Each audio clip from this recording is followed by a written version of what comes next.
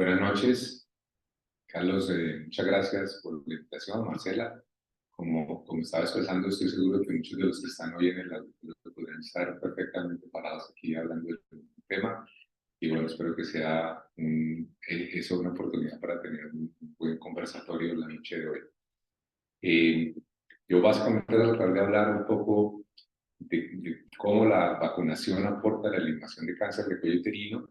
Y para empezar a hablar de ello, yo sé que probablemente muchos de ustedes ya conocen muy bien esta diapositiva, pero es en esencia la que resume lo que es la propuesta de eliminación por parte de la OMS y que se basa precisamente en todo lo que hemos venido aprendiendo y conociendo alrededor de la vacunación y la administración por cáncer de cuello uterino. Esto es lo que muestra el escenario mundial y la tendencia que tendríamos si seguimos con la situación actual, tanto en vacunación como en administración de cáncer de cuello uterino. La línea roja representa el impacto que podría tener mejorar la situación de vacunación que tenemos hoy en el mundo, y finalmente la línea azul representa el impacto que tendrían las dos estrategias, la vacunación y la administración de cáncer de cuello uterino. Eliminación, creo que ya todos lo entienden también, pero eliminación es diferente de erradicación. Erradicar es eliminar de la faz de la tierra, y eso fue lo que hicimos con la viruela. Ya erradicamos la viruela, y en ese caso implica que la intervención que se realizó para la erradicación, pues ya no se tiene que seguir utilizando, ya no vacunamos más contra la viruela porque la erradicamos. Eliminar, en la definición de la OMS, implica llevar esta situación, este problema de salud pública a un nivel tan bajo que realmente ya no represente un problema grande para la población. Sin embargo, cuando se elimina no se puede suspender la intervención, porque si se suspende, vuelve y se dispara el problema de salud pública. Entonces, la propuesta de eliminación de la OMS es llevar esencialmente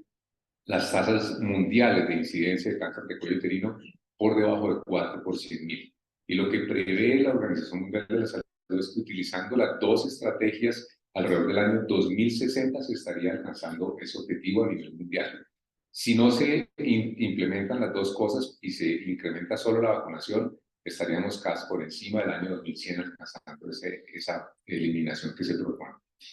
Ahora, para alcanzar eso en términos de vacunación y tamización, los objetivos que propone alcanzar el año 2030 son estos: el 90% de las niñas vacunadas al llegar a la edad de 15 años. Y este es un tema que es un tanto, digamos,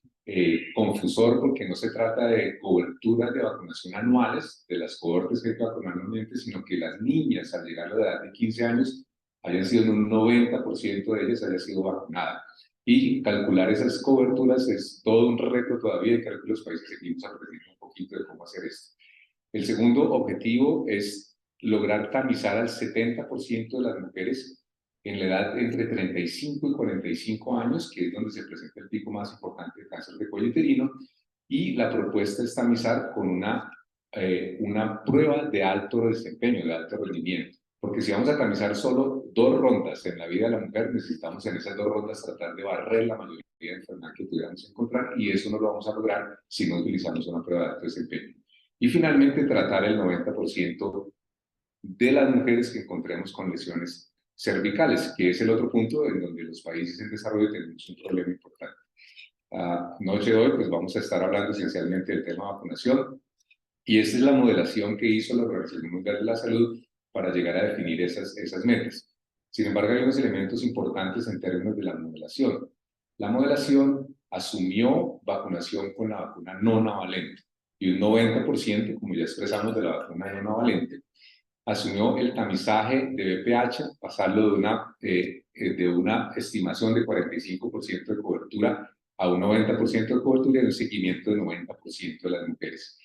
La implementación, en el caso de la OMS, lo que plantea es que se haga al cabo de 7 años más o menos un 70%, al cabo de 25 años el 90% de la estrategia está implementada. Y con esta modelación, lo que plantea la modelación de la OMS es que en Latinoamérica estaríamos alcanzando esa tasa de por debajo de 4 por 100.000 alrededor del año 2070, América Latina como región. Esto es básicamente lo que se prevé en términos de eliminación de el cáncer de cuello uterino para la región por parte de la OMS. Nosotros hicimos un ejercicio, está en proceso de publicación, tratando de ver cómo podría ser el impacto de estas estrategias en el caso de Colombia. Colombia tiene una tasa decreciente de incidencia y de mortalidad. Sin embargo, si ustedes ven la gráfica, los últimos años, prácticamente la última década, esa tendencia creciente de la mortalidad se ha estancado. Y yo un poco lo que digo en términos de hipótesis, porque no tengo datos para demostrarlo, es que si bien ha habido un efecto de la tamización, lo que hemos hecho con la citología a través de los años, también el cambio de las condiciones sociales de la población, particularmente la reducción de la paridad, que es un cofactor de la infección por VPH para el desarrollo de la enfermedad, ayudaron a esta reducción de la incidencia y de la mortalidad. Pero ya lo que queda, ya la paridad de Colombia está supremamente baja. Yo creo que ya el efecto de ese cofactor no se está viendo y ya lo que le queda es a los programas de vacunación y inmunización hacer la tarea que corresponde para llegar a las tasas. Pero si ustedes ven, estamos en este momento en una tasa de más o menos 14 por 100.000 implica que tenemos que bajar de ese 14 por 100.000 hacia un 4 por 100.000, que es la meta de eliminación. Hicimos un ejercicio de modelación de qué ocurriría o cómo sería la tendencia en el caso del país de la incidencia de cáncer de cuello uterino con la situación actual, y lo que prevemos, igual que lo que muestra la última década de tendencia a la mortalidad, es que seguramente si seguimos con lo que tenemos hoy vamos a tener una reducción importante de la incidencia. Pero si lográramos implementar la estrategia de la OMS, que expresé antes, 90% de vacunación, 70% de tamización, con una prueba de alto desempeño y 90% de tratamiento de lesiones cervicales encontradas, tendríamos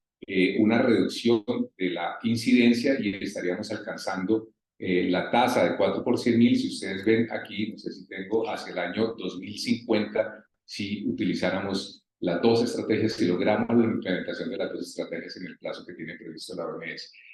Ahora, de esas dos estrategias, Colombia hoy tiene una tasa, una cobertura de tamización que es bastante alta. Desafortunadamente, las pruebas que tenemos no tienen el desempeño, el alto desempeño, seguimos usando mayoritariamente la citología, así que lo que tenemos es que transitar a la prueba de pH y seguramente lograr un mayor tratamiento de las lesiones cervicales. Nosotros para este ejercicio asumimos no la vacunación con la vacuna monovalente, sino con la cuadrivalente, que es la que seguimos teniendo al momento. Partimos de tener un 39% de cobertura estimado, una tamización con citología y no con prueba de alto desempeño. Ese es el escenario actual, el escenario inicial, con 68% de cobertura y un seguimiento de 76% de las lesiones cervicales, es decir, un 24% de mujeres perdidas en el seguimiento, que es lo que tenemos de datos en el país. Y la implementación de la estrategia OMS para pasar de esta situación inicial a lo que ya presenté antes lo planteamos en 10 años. Si hiciéramos eso, la intervención que tendría mucho más impacto, si ustedes ven aquí, es la vacunación. Es decir, esta es la situación actual, esta sería la situación ideal con la estrategia completa de OMS. Pero si solo implementáramos la vacunación, estaríamos muy cerca de lo que es el impacto global de la estrategia OMS, por lo que ya expresé, porque ya tenemos coberturas altas de tamización y tenemos un avance importante en ese terreno, mientras que en el campo de vacunación estamos bastante rezagados. Si lográramos por lo menos mejorar la vacunación, así no mejoráramos el escenario de tamización, hacia el año 2055 creemos que podríamos estar alcanzando la meta de eliminación que plantea la OMS. ¿Cuál es la situación entonces hoy en relación con la vacunación? Que es un poco lo que me pidieron. Estas diapositivas ya había mostrado algunas de ellas en la Bienal de Ginecología. Estas son las estimaciones de cobertura, como expresaba antes, que estuvieron lideradas por el Instituto Catalán de Oncología a nivel mundial y que están tratando de mostrar esa cobertura de cohorte, es decir, esa cobertura de las niñas al llegar a los 15 años de edad, cuántas de ellas han sido vacunadas, en razón a que tenemos distintas cohortes de vacunación. O sea, vacunamos desde los 9 hasta los 17 años, o sea que vacunamos niñas de 9, de 10, de 11, de 12, 13, 14, 15, y la idea es ver cómo esas cohortes llegan a los 15 años con la vacunación. Lo que muestra esta estimación de cobertura es que a nivel global, con vacunación con una dosis de vacuna, están vacunadas alrededor del 15% de las niñas en el mundo. Y con la última dosis de vacuna, porque hay distintos esquemas de vacunación en el mundo, o sea, con esquema completo, dependiendo de lo que tienen los países, se tiene alrededor del 13% de vacunación en el mundo. O sea que estamos bastante lejos de lograr esa meta de 90% de vacunación que plantea la OMS. Y esta es la situación de Colombia, que creo que muchos han visto, o sea, teníamos una tasa de vacunación muy alta que se ha reducido de manera importante. Y para el año 2022, los datos que yo tengo es más o menos un 25% de vacunación con primera dosis y un 8.5% de vacunación con la segunda dosis, que es el esquema que tenemos. El análisis de cohorte que hizo el Instituto Catalán de Oncología encontraba que esas coberturas acumuladas estaban alrededor del 71%, es decir, al llegar a los 15 años, el 71% de las niñas había sido vacunada con una dosis, pero con la dosis final, con la segunda dosis, solo un 39% de las niñas, y es lo que se calcula, digamos, a partir de esta estimación de coberturas por cohorte y no coberturas anuales, sumando lo que ocurre cada año. En fin, igual, tenemos una situación que no es muy halagadora, muy buena y no es muy prometedora en términos de la situación de vacunación en el país.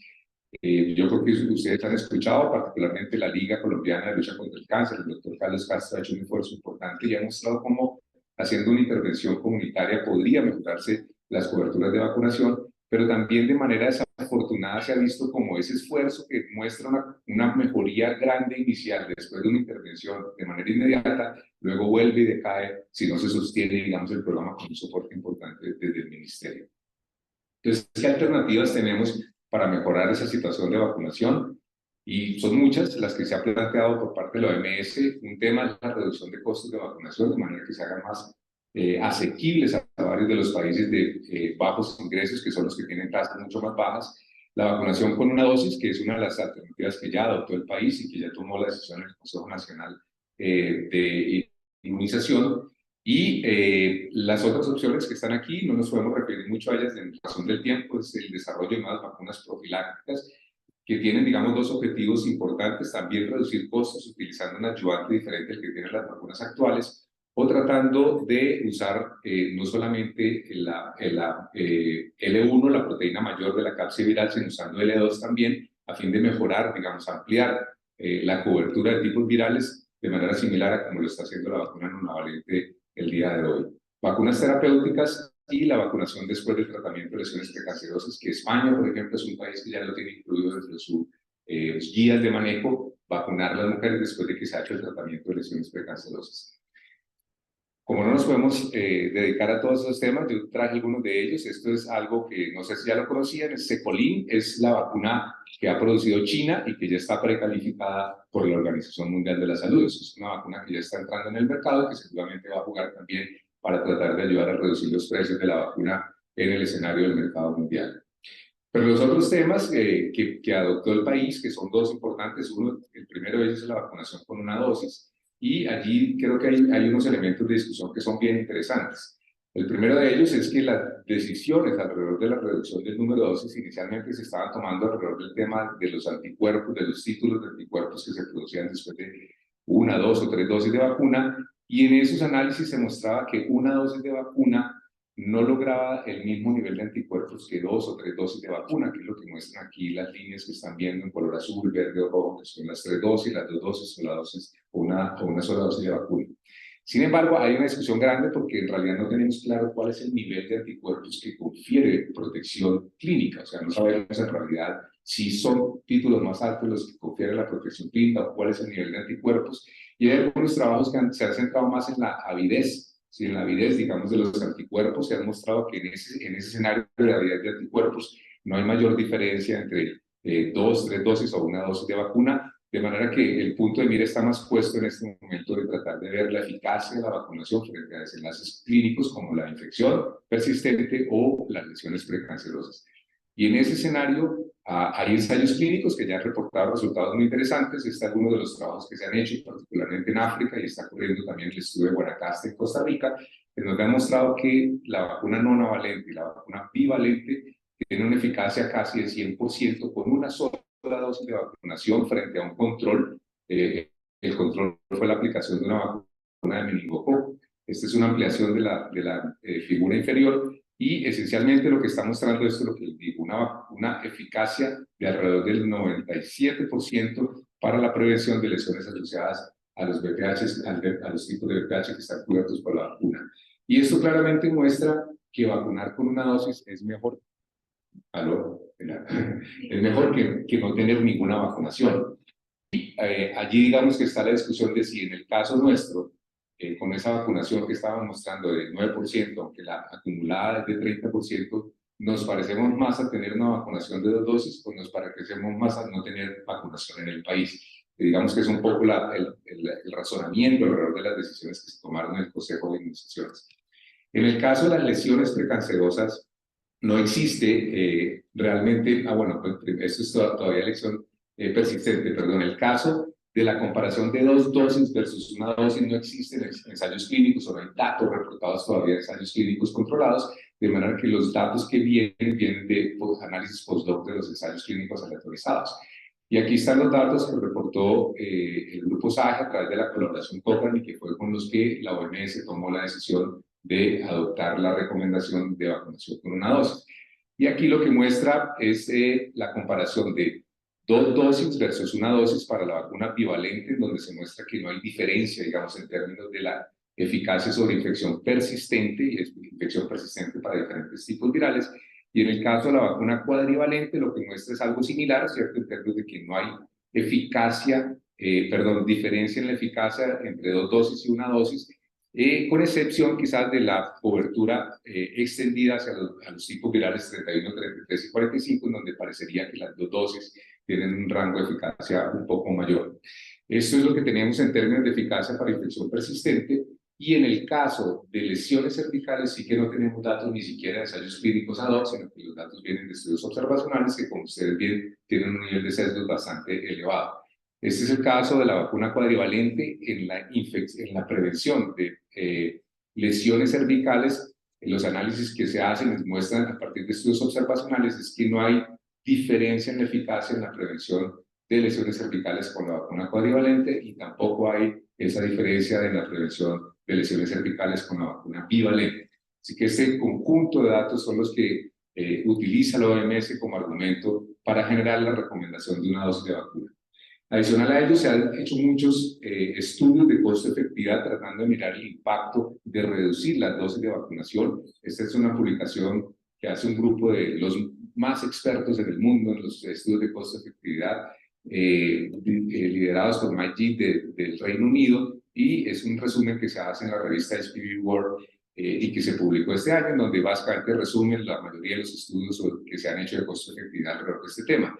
Lo que coloco aquí, que es difícil de leer en verde, es que todos estos estudios muestran que una dosis de vacuna resulta más costo efectivo que no tener vacunación. Y en algunos casos, este estudio particular muestra que una dosis de vacuna resulta más costo efectivo que tener dos dosis de vacuna si no se tiene una cobertura apropiada con las dos dosis de vacuna. Y solo hay un estudio del Reino Unido que muestra que reducir la vacunación a una dosis podría no tener el mismo nivel de costo-efectividad que vacunar con una sola dosis. De manera que la mayoría de los análisis que han hecho en términos de costo-efectividad pues muestran que efectivamente la decisión que se adoptó sería una decisión apropiada para avanzar en los objetivos de eliminación del cáncer de cuello uterino. De esa forma, entonces, la OMS genera la recomendación de una dosis. Creo que uno de los primeros países que inicia el tema de una dosis es precisamente el Reino Unido, a pesar de que el único estudio de costo-efectividad que no muestra resultados positivos es de allí. Y en este momento, creo que alrededor, ya preguntaba esta semana a las personas de OPS, y creo que alrededor de 10 países en América Latina que ya se están moviendo hacia a la adopción de la vacunación con una sola dosis. Entonces, digamos que hay un conjunto de información que soporta esta decisión, que permitiría eventualmente mejorar las tasas de vacunación y ayudar en la estrategia de eliminación. Sin embargo, hay unos datos que me parece interesante traer para elemento de discusión. Este es el estudio de Guanacaste, y el año pasado publican algo que me parece un tanto interesante, y es el papel de los tipos virales no cubiertos por la vacuna y lo que ellos dimensionaron, efecto de desenmascaramiento frente a la prevención de lesiones cervicales de tipo NIC2 o más, en el estudio de Costa Rica que se hace con la vacuna bivalente.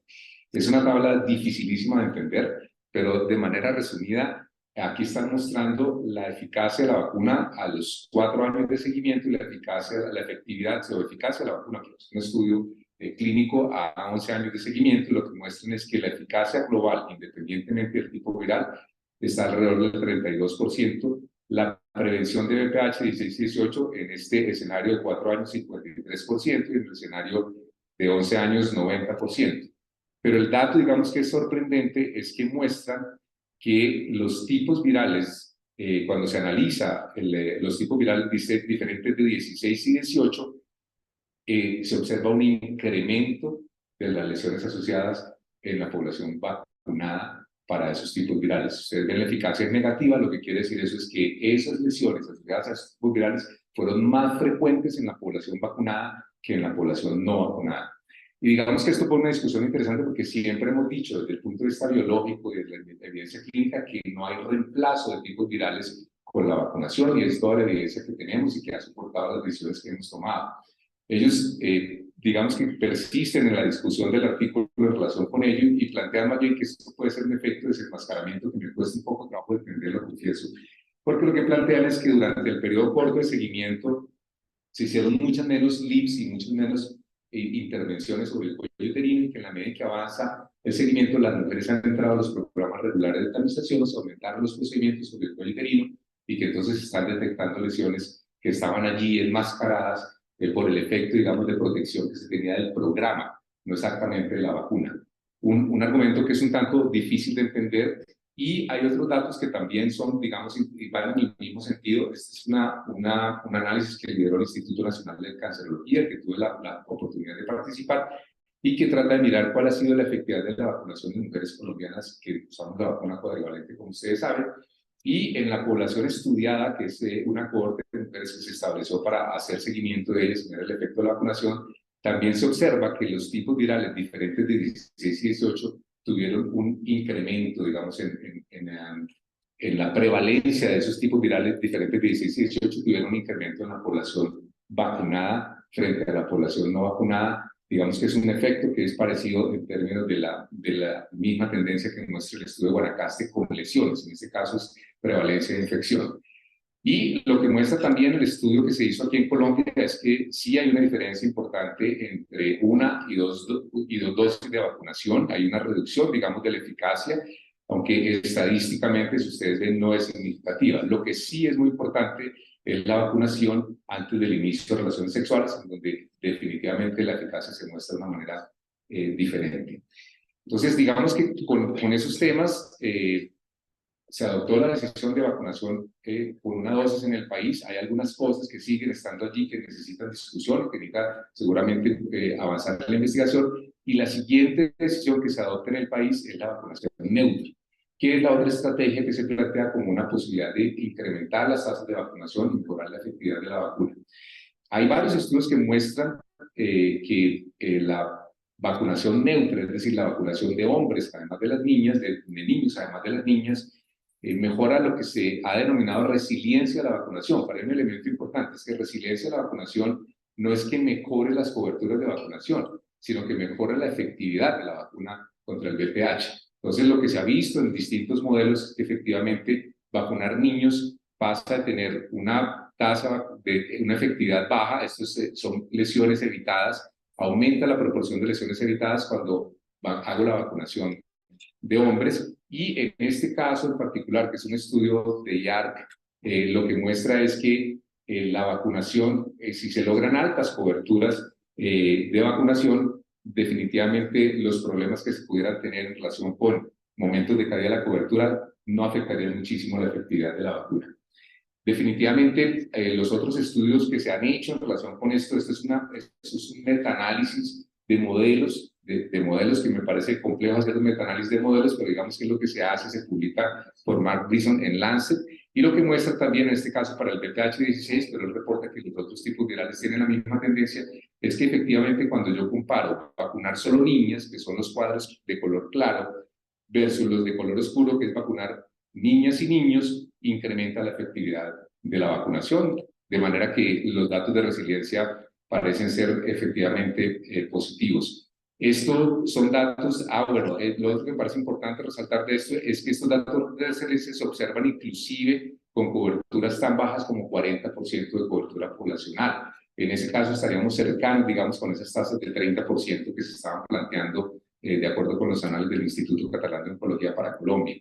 Y lo mismo en este estudio, que ya no es un modelo, sino que es un ensayo comunitario que se hizo en Finlandia, se muestra igualmente que hay una mejoría en la efectividad de la vacunación cuando se vacunan niños. Y lo que se puede ver aquí, este grupo, este brazo, digamos, es la vacunación de niñas y niños, el brazo de vacunación de niñas solas y un control en donde se aplicó hepatitis B, vacuna de hepatitis B. Y se ve que la efectividad de la vacunación contra los tipos virales 16, 18, 45, pues se mejora, digamos, en relación con la vacunación de solamente niñas. Hay una diferencia importante entre los dos brazos y mucho más frente al brazo de control, confirmando, digamos, el efecto de la vacunación neutra en mejorar la efectividad de la vacuna. Y de nuevo, la vacunación en este caso, ese efecto de la vacunación neutra se logra con tasas de vacunación tan bajas como 50% en las niñas y 20% en los niños. De alguna forma creemos que sí, digamos, esa extensión de la vacunación puede que no mejore sustancialmente las coberturas, pero definitivamente mejoraría la efectividad de la vacunación, la efectividad poblacional. Entonces, ¿qué diríamos a manera de cierre? Pues que aumentar las coberturas de vacunación es un objetivo crítico para Colombia, para poder avanzar hacia la eliminación del cáncer de cuello uterino en nuestro país, que la reducción del número de dosis podría efectivamente ayudar al aumento de coberturas, dados pues los datos de cobertura de una dosis que se tiene en el país ya. La efectividad de un número reducido de dosis sobre la prevención de lesiones precancerosas y cáncer sigue siendo incierta, pero los datos, digamos, que son más o menos consistentes en que es mejor tener una dosis de vacuna que no tener cobertura con la vacunación. O sea que eso sí no tiene duda. La comparación de una frente a dos dosis sigue teniendo mucha discusión, pero no hay duda de que no tener cubiertas las niñas o tenerlas cubiertas con una dosis representa efectivamente un avance importante. Y yo creo que avanzar en estos nuevos esquemas es más práctico, obviamente, con los recursos que se tienen hoy, que es la vacuna tetravalente, pero creo que debería hacerse con cautela a través de experiencias piloto, que no nos pasen las mismas cosas que nos ocurrieron en el pasado. Y creo que sería necesario fortalecer los sistemas de monitoreo y evaluación del impacto de la vacuna. Y creo que en eso el Instituto Nacional de Cancerología también puede jugar un papel muy importante, y las sociedades científicas, para ayudar a ver cómo vamos progresando en este tema. Muchas gracias.